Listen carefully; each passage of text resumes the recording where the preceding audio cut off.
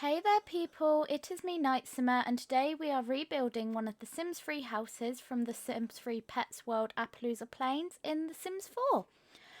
We are also joined by my dog on the floor, so if you can hear little snores, that's who that is. So I've just inserted some photos of the house that we're recreating. If you've played in it, then maybe you know what house I'm on about, but I have been recently playing The Sims 3, and I have been playing with the horses.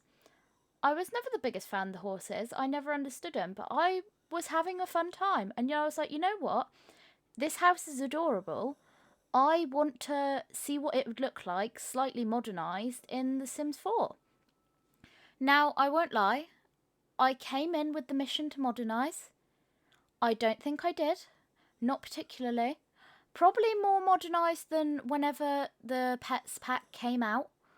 But, I did use a lot of country living, so it does have that very cottagecore vibe. But it fits in with the world. It's up here on this hill. It's got a lovely pond near it. I never realised how gorgeous this lot was.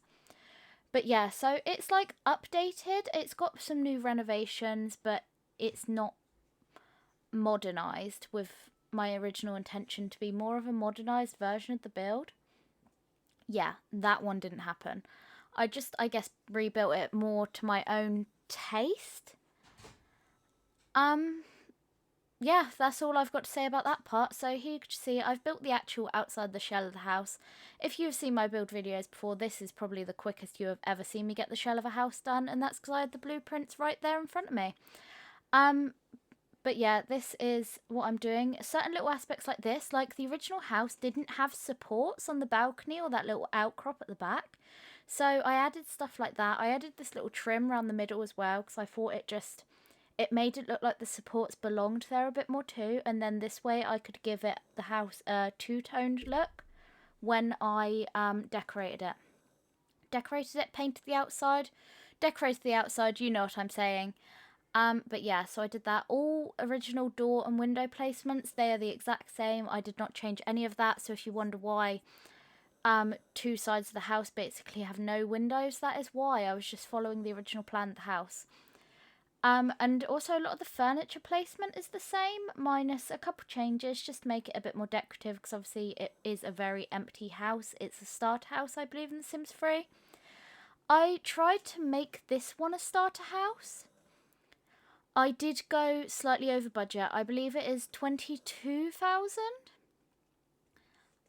simoleons, so it's still kind of affordable.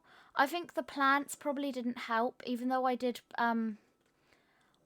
not do full landscaping. I did half landscaping to try and keep the price of the house down, because I don't do debug landscaping. I'm not very good with debug yet. It confuses me. I need to learn how to do it properly. Here you can see the immediate differences from the original house to my house is I have a brick bottom and a panelled top. I just thought it looked cuter. I'm also very much enjoying this style at the minute, so that's what I did. But here, moving on to furnishing now, the outside is finished. I kept the kitchen quite similar, like I put the cooker and the fridge in the same places. The only difference is, I think, being that I added upper cabinets. And again, if you see that the house is a bit dark, well, not again, I haven't already said it, but if you see that the house is a bit dark, that is because I went with the Sims 3 feel, where where all the houses are dark. It's a bit like Sims 4 houses as well, actually, where they just put wall lights in instead of actual lights. I did that. Sorry. If you download this house, because it is to download on my gallery, it only uses 4 packs, but actually you only really need country living and cats and dogs, because eco lifestyle is literally some paintings I put upstairs, and I believe, what is the other one I use? City living is that fence I used on the balcony. You can change that one out quite easily. It's nothing major. That would be the only thing you'd have to edit, because that balcony would be fenceless. But yeah, my kitchen is done. Just adding some little decorations to make it feel a little bit more lived in. And it's a nice, quaint little kitchen. I think it's a nice starter kitchen for your sim to have. I remember to put a fire alarm. Did not remember a bin. So, wins and losses right there for that one. Your house won't burn down, but they do have to walk all the way outside around the side of the house to throw away the rubbish. Obviously, you can easily add one if you do use this house. I will leave my gallery ID down below, so that you can find it if you want it. We are now just moving on to the living room. It is a little open space. It might feel a little cramped, but I quite like how close together this whole part of the living area is. So with the little TV, I also used the older looking TV and stereo because I enjoyed the idea of connecting to the old furnishings from The Sims 3. So fully throwing out my modernised version of the recreation that I wanted to do, but you know, that's how it goes. Also, this rug, cottage living is just great, isn't it? Have I been calling it country living? If I have, ignore me. But cottage living is just great, isn't it? It's just so adorable. Some few little furnishings just to make it feel a bit more lived in as well. And then this is what I do. I go round and turn it to night, and then I'll just be like, oh, put a light here, put a light there. And also, I had a genuine debate over myself here. Doormats go on the inside, right? Like, or do they go on the outside? Because in my head, it's like you come inside, you want to wipe your feet off. But then I had a genuine debate on whether there was meant to be... It's a welcome mat on the outside, right? Like, I really confused myself with that one. But I did put it on the inside. And then here you can see there is also a tiny little dining table just looking out onto those, out of those big, lovely windows. And in my Sims 3 house, she actually has her little degree here. You know, the little high school diploma thing you get in Sims 3? If you've played that, you know. So I just put a little painting there just to symbolise that to myself. And also just add a little bit extra. I debated giving the bathroom better lighting, and then decided to stick with the original dingy feel of the bathroom. Obviously, like I said, this house is fully upgradable. It's just a basic starting point. If you want your bathroom to be nice and bright, which is probably what I would do if this was an EA build, to be honest, I would instantly rip that bathroom out and add some spotlights to the ceiling. So I would not take offence to that if you used this house and did that, because I would do that, to be honest. And this shower is workable where I'm about to place it. It's play tested, even though that door is there. So don't you worry about that one. But there is the little bathroom done and dusted. Just adding a little hamper to fill in the extra space. And I liked the shape of that bathroom. I thought it was really interesting. It was actually one of the first things when I was playing that made me think, maybe I should try and recreate this house in The Sims 4. So going up, using more cottage living, I think I'm honestly obsessed. I really do. And I wanted the idea of having this chair in the window, and I just could not work out the placement of it, because I obviously wanted the little drawer because I wanted to put a vase there. But then I was like, oh, but this dresser that I really wanted to use has drawers. So I was like, well, I can't have the chair blocking the drawers, but I really want it there. In the end, I work out that the chair doesn't have to be in front of the window, and it actually does make more sense if it's facing the windows, because obviously then you can like see out and it's nicer. But definitely if I wasn't copying a like shell of this build, I would have added more windows, because it does feel a little windowless up here. It gives attic vibes, like, you know, like attic conversion, like there just isn't enough, like there's beautiful light here, but it feels like you need slightly more light on it. And then, so finally I get the placement of that chair, and I'm happy with it. Moving on to the bed, I wanted to use the cats and dogs bed, but I couldn't get a wood to match what I had already done with the chair and the dresser. I probably should have started with the bed and then moved on from there, but I didn't. And then I want to use these, and I could only find a matching swatch to the chair and thing. I tried to mix woods.